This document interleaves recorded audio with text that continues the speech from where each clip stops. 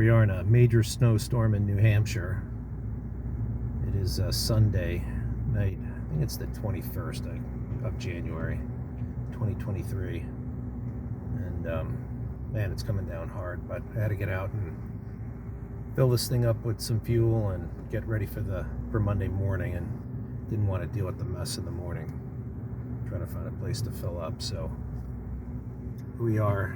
And you can imagine how hard this stuff is coming down. It's pretty incredible.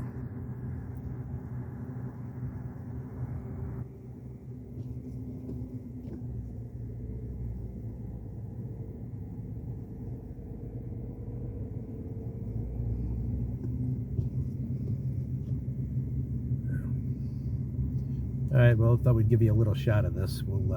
That's it for now.